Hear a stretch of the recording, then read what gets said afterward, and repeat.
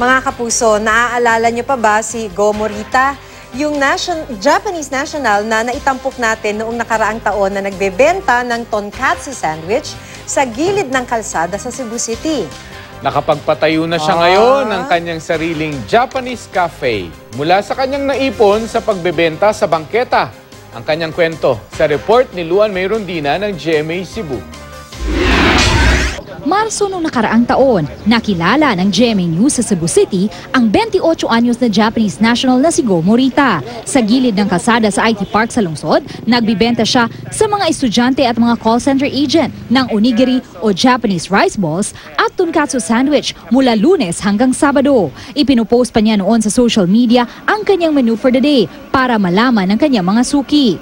Fast forward to 2016, nakapagtayo na si Morita ng kanyang sariling Japanese cafe. Gamit daw ang naipon niya sa kanyang pagbibenta sa gilid ng kalsada.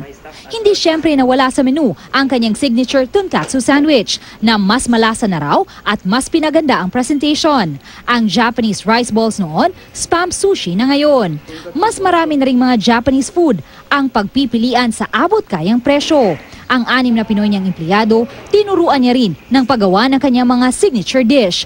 Sabi ni Morita, hindi dapat ikahiya ang pagpasok sa maliliit na negosyo dahil ang pagsisikap ang magdadala ng tagumpay sa isang tao. Graduate ng Masters in Business Administration sa isang university sa Japan si Morita. Nagpunta raw siya sa Cebu para makagawa ng kanyang sariling pangalan. If I make at first store, but it's very big investment. It's a very high risk. So, and at first, yeah, it's shy, but I thought I should try to sell side work. Luan May Rondina, Nagbabalita, Pilipinas.